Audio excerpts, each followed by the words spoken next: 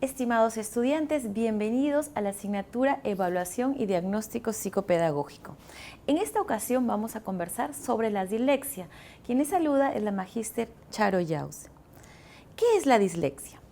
Para empezar, hay que comentar lo siguiente, que cuando un educando va a nuestro departamento psicopedagógico o a nuestra oficina, no es por voluntad propia, es por lo general derivado por su docente, ya sea porque le causa una incomodidad en el área conductual o porque le está causando mucho trabajo en el aprendizaje, porque ya pasaron los primeros meses donde el alumno pudo empezar a insertarse en las enseñanzas y no está lográndolo.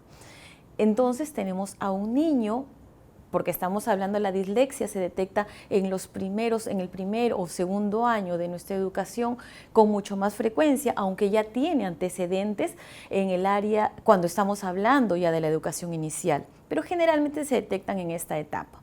Entonces, la docente nos va a reportar a un niño que generalmente tiene un cuaderno desordenado, que por más que ella explica no le atiende, pareciera que el niño está pensando en otra cosa, suele confundirse con problemas de atención y concentración.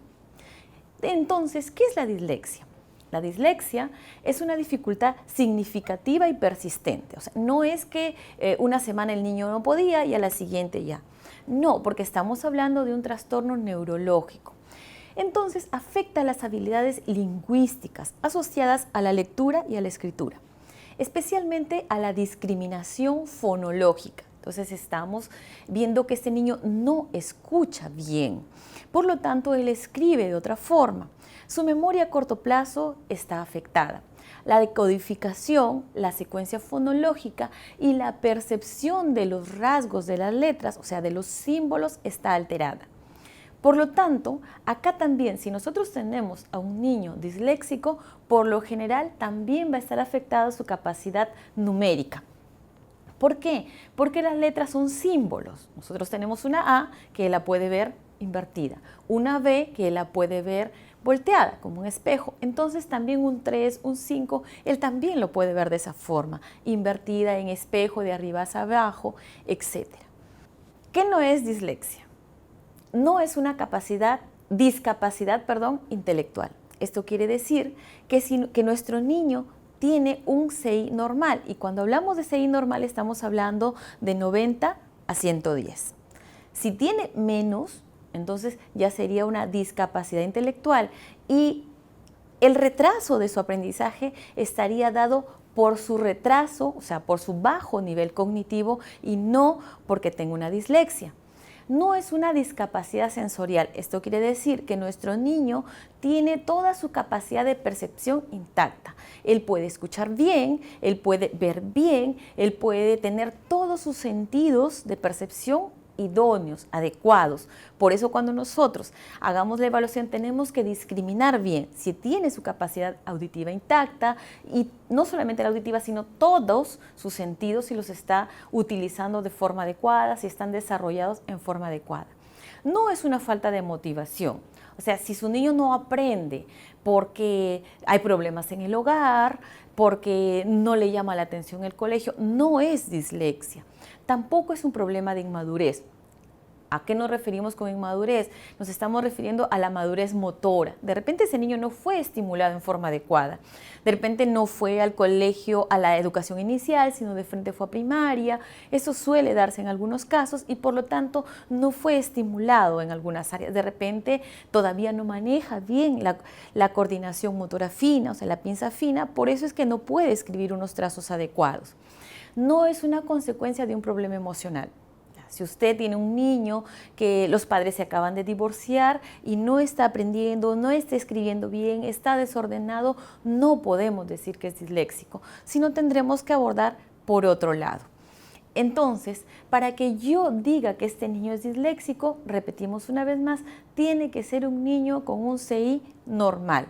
Si es que él tiene disminuida esta capacidad, ya sabemos que no es dislexia. ¿Cómo empieza así la dislexia? ¿Cuál es la etiología? Según nos dicen los estudios, que el problema vendría en las áreas de asociación auditiva, o sea, las conexiones funcionales del lóbulo temporal, donde encontramos el área fonológica, no tienen una correlación con las áreas visuales del lóbulo occipital del hemisferio izquierdo, donde tenemos una activación muy baja. Por lo tanto, él no puede conectar el sonido que le escucha la profesora. Por ejemplo, cuando dice la vocal A, él no la escucha de esa forma, es tan baja que él, para no verse afectado emocionalmente, para que el resto no se dé cuenta, él simple y llanamente sustituye. O sea, podríamos decir que intenta adivinar qué está diciendo la docente.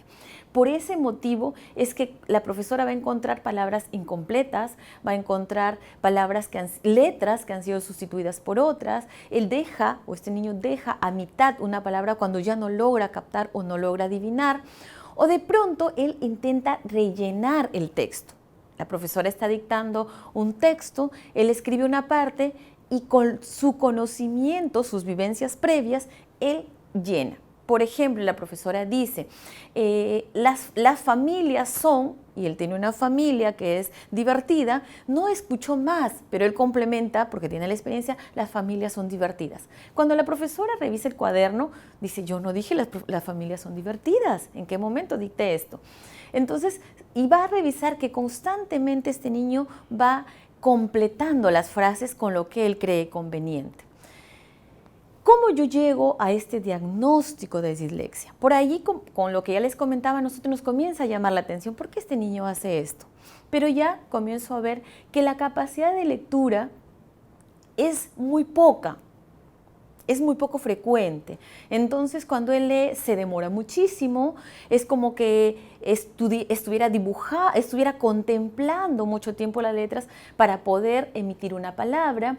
La capacidad para leer palabras es poco frecuente, y sobre todo cuando son complejas. Cuando son palabras un tanto largas, de varias sílabas, él comienza a sentirse mal, su velocidad lectora es muy lenta. Como les decía, contempla demasiado tiempo, se demora mucho en emitir o va a empezar a deletrear. El procesamiento sintáctico de las oraciones no se da en forma correcta. Por eso es que él puede escribir las oraciones, las sabe, pero no las sabe escribir. Las escribe en desorden, ¿no? Entonces usted va a encontrar una oración que no tiene un sentido lógico. La capacidad de integrar nuevos conocimientos a la memoria remota es muy lenta. Entonces, él de repente está en clase y la docente le pregunta, ¿entendiste, Pepito? Y le dice, sí, y se lo repite en ese momento. Pasó a la siguiente clase, ya no lo recuerda. La capacidad de acceder a la organización de los contenidos es muy pobre o casi nula. ¿Por qué? Él empieza por una línea y termina hacia arriba, de arriba se va hacia abajo, está escribiendo en un renglón y de pronto termina en otra. Sus cuadernos se van a ver sumamente desorganizados. Por eso es que cuando llegamos acá a tener una oración, nunca la tiene completa. Otro signo, podríamos decir que borra y borra y borra. Entonces, incluso hasta puede tener huecos en la hoja, porque ha borrado tanto cuando él siente la mirada de atención de la profesora. En la escritura vamos a ver que tiene una capacidad muy baja para copiar trazos. Él ve la figura, él ve el grafema escrito, pero a la hora que él lo intenta dibujar se le hace muy difícil. La capacidad para escribir palabras y frases cuando se le dictan es casi nula. Existen errores ortográficos, de omisión y de inversión. Lo que les decía, si lo llevamos en el lenguaje común, se come las letras. Invierte es cuando hablamos en espejo. El uso de un tipo de letra legible que se ajusta a unos patrones de un tamaño muy grande. Cuando las letras las puede escribir claras, las suele escribir grandes. La capacidad de reflejar los conocimientos a través de la escritura espontánea se ve mellado. O sea, él escribe, si usted le dice, relátame por favor, Pepito, ¿qué hiciste en tus vacaciones?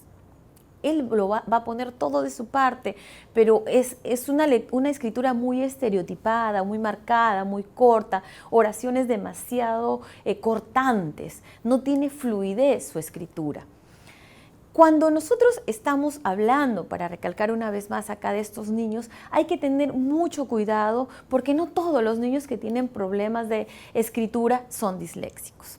revisemos nuestros manuales diagnósticos. A lo largo de nuestra formación vamos a ir haciendo hincapié en cómo diagnosticar este problema de dislexia que últimamente tanto nos están enviando las docentes. Estimados estudiantes, muchas gracias por la atención prestada.